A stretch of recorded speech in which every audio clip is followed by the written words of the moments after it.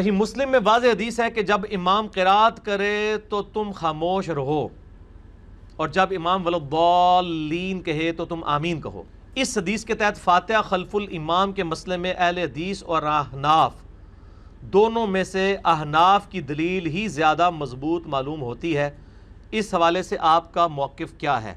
17 میں سے 11 رکعتیں ایسی ہیں جو سرن ہیں اور صرف 6 ہیں جو جہرن ہیں، یعنی 11 میں تو سب نہیں فاتحہ پڑھنی ہے، کوئی بہانہ نہیں ہے۔ وَإِذَا قُرِئَ الْقُرْآنُ فَاسْتَمِعُوا لَهُ والا بہانہ بھی کوئی نہیں ہے۔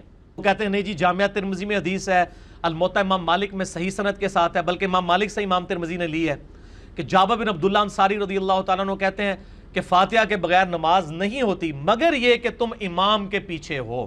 وہ کہتے ہیں دیکھیں نا جی صحیح سند کے ساتھ حدیث ہے کہ امام کے پیچھے ہو، پھر فاتحہ کوئی ضروری نہیں۔ اللہ کے بندو، یہ حدیث امام مالک نے لے کے اس کے اوپر باب پتہ کیا باندھا ہوا ہے کہ جاہری نمازوں میں امام کی قرات مقتدی کے لیے کافی ہے۔ اللہ کے بندو، یہ حدیث امام مالک نے لے کے اس کے اوپر باب پتہ کیا باندھا ہوا ہے کہ جاہری نمازوں میں امام کی قرات مقتدی کے لیے کافی ہے۔ بسم اللہ الرحمن الرحیم۔ السلام علیکم دوستو، یہ موصوف جب تک جھوٹ نہ بولیں ان کا پیٹ نہیں بھرتا۔ کس طرح دھڑلے سے جھوٹ بول رہے ہیں کہ امام مالک نے باب باندھا ہے کہ جہری نماز میں قرات نہیں کرنی، اور نیچے سے حدیث لائے ہیں کہ جابر بن عبداللہ رضی اللہ تعالیٰ کہتے ہیں کہ امام کی قرات مقتدی کی قرات ہے، جب امام کے پیچھے ہوں تو پھر آپ نے قرات نہیں کرنی۔ یہ جہری نماز کے لیے، اور یہ جو جابر بن عبداللہ رضی اللہ تعالیٰ کی حدیث ہے اس کے اوپر امام مالک نے باب باندھا ہے کہ جہری نماز میں قرات نہیں کرنی ہے، یہ اس کا جھوٹ ہے۔ یہ آپ کے سامنے کتاب ہے موطا امام مالک، نمبر 282، ترک القراءت خلف الامام فیما جہر فی۔ اب آگے دیکھیے 283، مالک ان نافع ان عبداللہ ابن عمر کان اذا سئل هل یکرہ احد خلف الامام۔ اب 283 نمبر حضرت عبداللہ بن عمر سے روایت ہے، یا جابر بن عبداللہ ہے ہی نہیں، اس نے جھوٹ بولا ہے۔ جابر بن عبداللہ کی جو روایت ہے 276 نمبر پر ہے، وہ بھی آپ کو دکھانے والا ہوں۔ اور اس سے پہلے جو امام مالک نے باب باندھا ہے، باب ما جاء فی ام القرآن، کہ سورہ فاتحہ پڑھنے کے بارے میں باب ہے، نہ اس میں جہری کا ذکر ہے نہ اس میں سری کا ذکر ہے۔ یہ موصوف جھوٹ بول رہے ہیں۔ 283 نمبر پر حدیث ہے کہ سوال کیا گیا عبداللہ بن عمر رضی اللہ تعالیٰ عنہ سے کہ جب امام کے پیچھے ہوں تو کیا قرات کرنی چاہیے کہ نہیں کرنی چاہیے؟ فرمایا امام کی قرات مقتدی کے لیے کافی ہے، اس میں کوئی جہری کا ذکر نہیں ہے۔ یہ تو کہتا ہے ہم بابوں کو نہیں مانتے، کتابوں والے ہیں، علمی کتابیں ہیں، آپ باب کو کیوں دیکھ رہے ہیں؟ حدیث کو دیکھیں، عبداللہ بن عمر رضی اللہ تعالیٰ کیا کہہ رہے ہیں کہ امام کی قرات مقتدی کے لیے کافی ہے، اس میں کسی جہری کا ذکر نہیں ہے نہ سری کا ذکر ہے۔ جب بھی آپ امام کے پیچھے ہوں گے امام کی قرات مقتدی کی قرات ہے۔ اور آگے حدیث نمبر 284، امام مالک کہتے ہیں وکان عبداللہ بن عمر لا یقرأ خلف الامام، کہ عبداللہ بن عمر امام کے پیچھے ہوتے تھے تو قرات نہیں کرتے تھے، نہ یہ سری کا ذکر ہے نہ یہاں جہری کا ذکر ہے۔ تو احناف کا موقف ہے کہ امام کے پیچھے ہیں تو امام کی قرات مقتدی کی قرات ہے، اور یہی کون کہہ رہے ہیں؟ حضرت عبداللہ بن عمر رضی اللہ تعالیٰ عنہ۔ یہ گولڈن چین ہے، مالک نافع ان عبداللہ بن عمر۔ تو حضرت عبداللہ بن عمر سے رضی اللہ تعالیٰ عنہ سے سوال ہو رہا ہے کہ امام کے پیچھے قرات کرنی ہے نہیں کرنی، تو آپ نے فرمایا امام کی قرات مقتدی کے لیے کافی ہے۔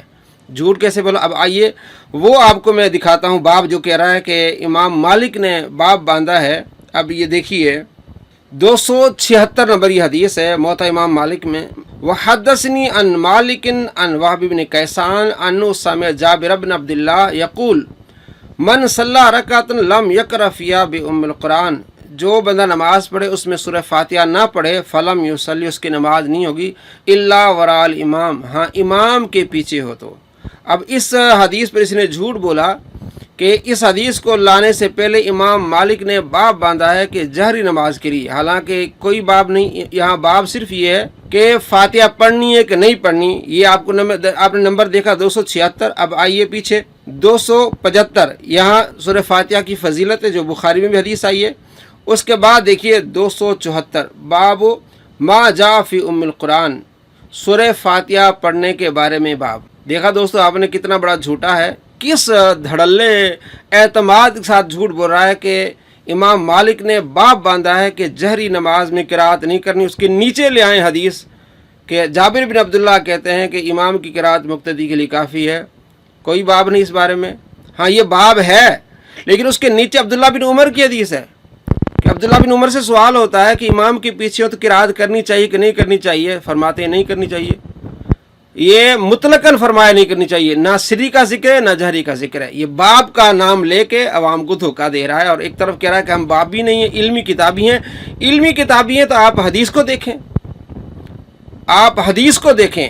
اور آگے کیا ہے، حضرت عبداللہ بن عمر امام کے پیچھے قرات نہیں کرتے تھے، اور کوئی وضاحت نہیں ہے اس میں، مطلقاً ہے، یا کوئی چیز یہاں نہیں موجود کہ سری ہے یا جہری ہے۔ یہ موصوف دھوکہ دے رہے ہیں، اور کتنا بڑا دھوکہ دیا کہ جابر بن عبداللہ کی حدیث لا کے امام مالک نے جو باب باندھا ہے، جھوٹ۔ آگے دیکھیے، اللہ کے بندو، یہ حدیث امام مالک نے لے کے اس کے اوپر باب پتہ کیا باندھا ہوا ہے کہ جہری نمازوں میں امام کی قرات مقتدی کے لیے کافی ہے۔ زور اثر پہ تو لیا ہی نہیں کسی نے، کیوں نہیں لیا؟ سنن ابن ماجہ میں یہی جابر بن عبداللہ کہتے ہیں کہ ہم نبی صلی اللہ علیہ وآلہ وسلم کے پیچھے زور اثر کی نمازوں میں اور باقی جو جہری نمازوں کی آخری 2 رکعتوں میں سورۃ الفاتحہ پڑھتے تھے، اور زور اثر میں نبی علیہ السلام کے پیچھے سورہ فاتحہ کے ساتھ سورت بھی ملایا کرتے تھے۔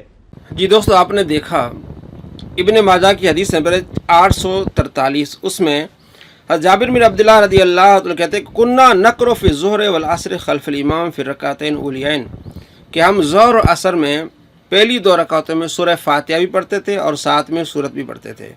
کیا یہ سورت پڑھتے ہیں؟ اور کیا یہ سورت فاتحہ کے ساتھ دوسری سورت کو ملانا واجب سمجھتے ہیں؟ ہرگز نہیں۔ اب یہ منسوخ ہے، کیونکہ یہ اس وقت کی بات ہے جب آپ صلی اللہ تعالیٰ علیہ وآلہ وسلم نے اس سے منع نہیں کیا تھا۔ مسلم شریف میں آئیے، یہ دعویٰ کرتا ہے کہ میں نماز بتاؤں گا آپ کو بخاری مسلم سے، مسلم میں آئیے، آپ صلی اللہ تعالیٰ علیہ وآلہ وسلم کے پیچھے ظہر کی نماز میں اور عصر کی نماز میں پیچھے صحابی نے سورہ فاتحہ کے علاوہ اور سورت پڑھی۔ آپ صلی اللہ تعالیٰ علیہ وآلہ وسلم فرمایا کون مجھ سے جھگڑ رہا ہے؟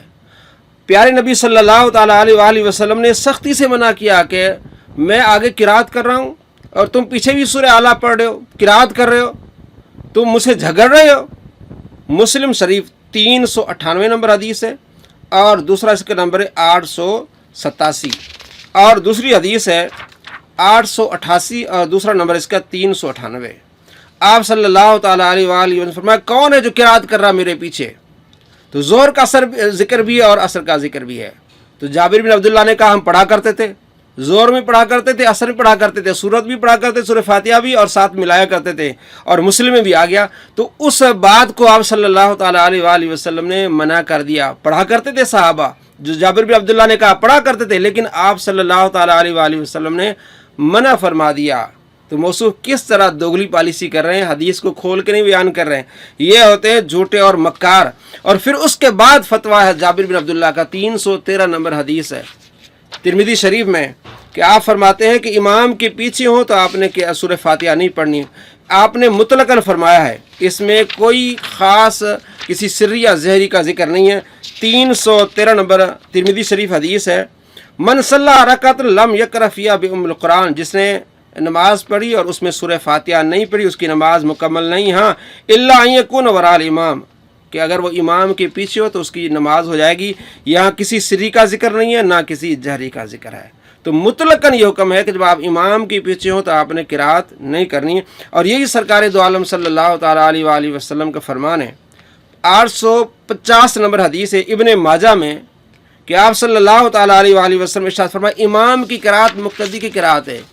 ابن ماجہ حدیث نمبر 850، اور یہ بھی روایت جابر سے ہے، ان جابرین قال قال رسول اللہ صلی اللہ علیہ وسلم من کان له امام فقرات الامام له قرات، جس کا کوئی امام ہو، یعنی امام کے پیچھے نماز پڑھا، امام کی قرات مقتدی کی قرات ہے۔ جابر بن عبداللہ کی روایت ہے۔ تو آپ کو معلوم ہوا کہ کس طرح یہ دھوکہ دے رہا ہے۔ ابن ماجہ سے 843، جس میں جابر بن عبداللہ کہتے ہیں ابن ماجہ 843 کہ ہم امام کے پیچھے ظہر عصر میں قرات کرتے تھے، سورہ فاتحہ بھی پڑھتے تھے اور ساتھ میں سورت ملاتے تھے۔ تو آپ صلی اللہ تعالیٰ علیہ وآلہ وسلم نے منع فرما دی۔ کہاں لکھا ہوا ہے؟ یہ مسلم میں لکھا ہوا ہے، 358 نمبر حدیث اور 888 نمبر حدیث۔ آگے دیکھیں حضرت جابر بن عبداللہ کا فتویٰ 313 نمبر حدیث ترمذی میں، اور ابن ماجہ میں فتویٰ ہے اور حدیث ہے، جابر بن عبداللہ رضی اللہ فرماتے ہیں کہ آپ صلی اللہ تعالیٰ علیہ وآلہ وسلم فرمایا من کان لو امام، جب امام کے پیچھے ہو فقرات الامام لہ قرات، تو امام کی قرات اس کے لیے کافی ہے۔ یہ ہے ابن ماجہ 850 نمبر حدیث، البانی نے اس کو حسن کہا ہے۔ اب آگے دیکھیے اور کیا کہتا ہے۔ اور وہ صحیح مسلم سے ایک حدیث پیش کرتے ہیں کہ حضرت ابو ہریرہ رضی اللہ تعالیٰ عنہ نے کہا کہ نبی علیہ السلام نے فرمایا کہ اس کی نماز ناقص ہے جو سورۃ الفاتحہ نہیں پڑھتا۔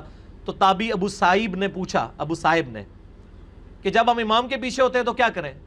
تو حضرت ابو ہریرہ نے اس کے کندھے کو دبا کے کہا یا فارسی اقرا بہا فی نفسک، جب امام کے پیچھے ہونا تو اپنے جی میں آہستہ آہستہ پڑھ لیا کر۔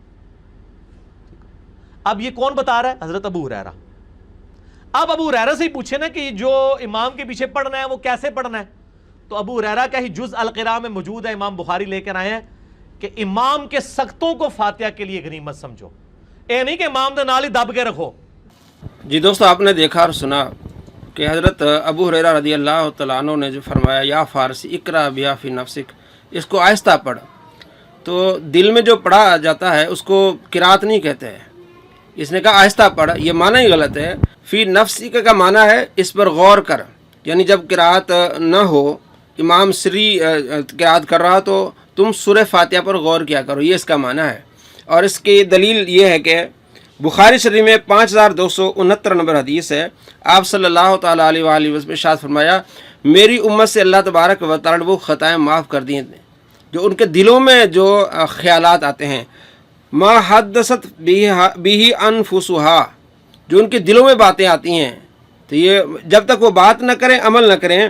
وقال قتادہ، اور قتادہ کہتے ہیں اذا طلق فی نفسی، جو آدمی دل میں طلاق دے دے فلیس بشین، کوئی طلاق نہیں ہوگی۔ جو دل میں بات ہوتی ہے اس کا نہ اس کو قرات کہتے ہیں نہ اس پر کوئی حکم لگتا ہے۔ تو فی نفسی کا معنی ہے کہ دل میں اس پر غور کیا کرو، دل میں پڑھا نہیں جاتا، اس کو قرات ہی نہیں کہتے۔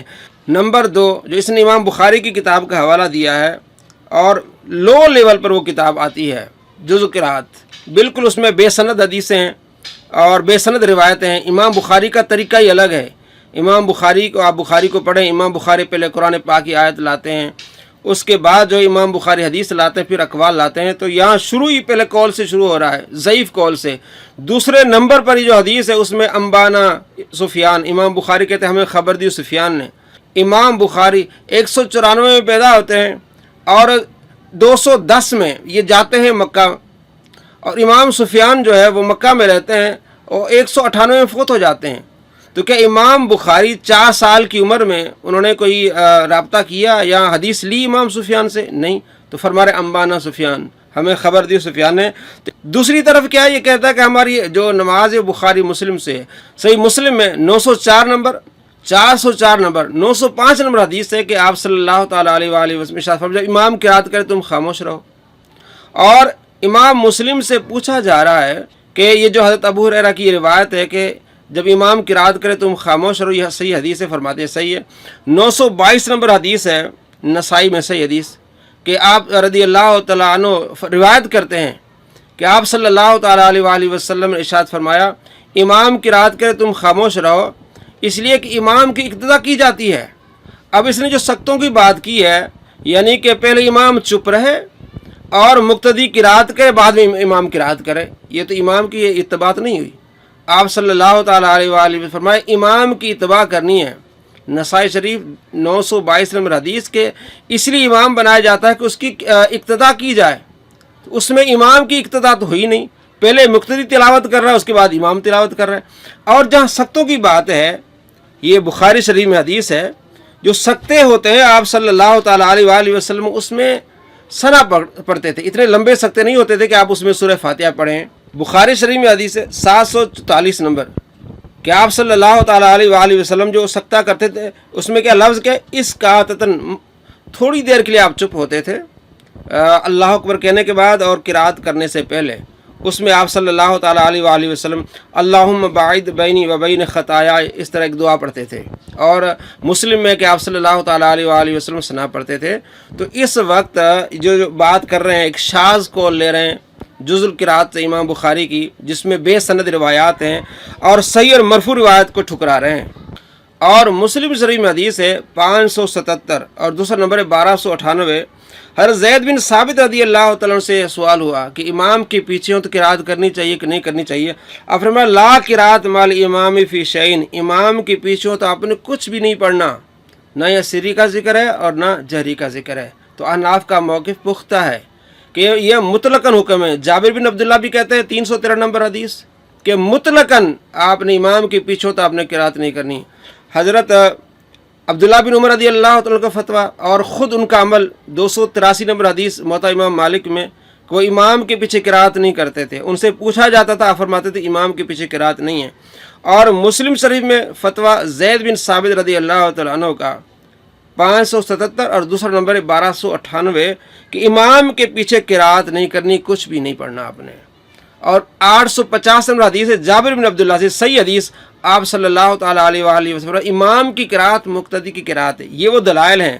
آپ کو ایک تو دلیل لاؤ نا جس میں یہ ہے کہ سری نمازوں میں آپ نے قرات کرنی ہے اور جہری میں نہیں کرنی۔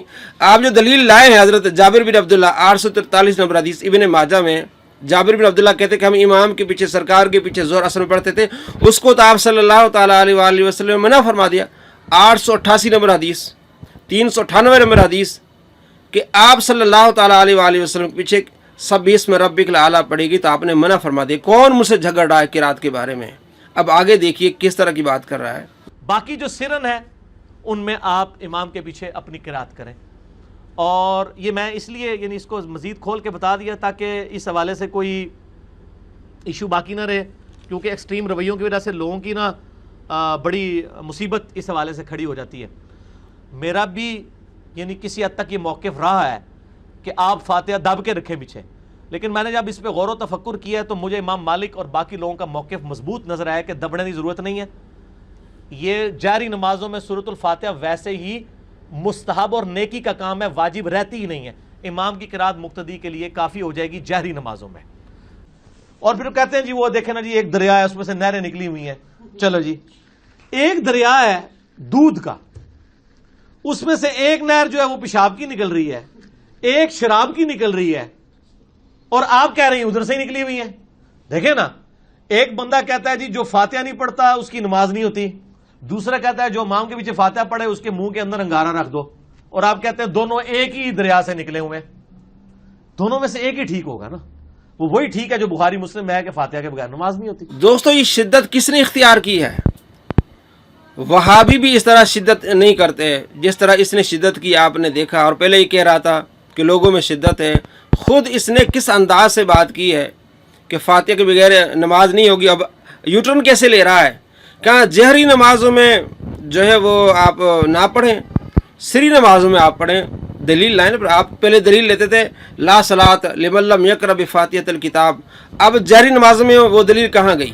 تو پتہ چلا یہ محدثین اور یہ فقہا اور بلکہ صحابہ کہتے ہیں کہ جب امام کے پیچھے ہوں تو پھر آپ نے سورہ فاتحہ نہیں پڑھی۔ تو اس کا مطلب یہ ہوا کہ جب امام کے پیچھے ہیں پھر آپ نے سورہ فاتحہ نہیں پڑھنی، سورہ فاتحہ صرف امام نے پڑھنی۔ اور 904 نمبر مسلم شریف میں حدیث ہے، آپ صلی اللہ تعالیٰ علیہ وآلہ وسلم فرماتے ہیں جب امام قرات کرے تم خاموش رہو۔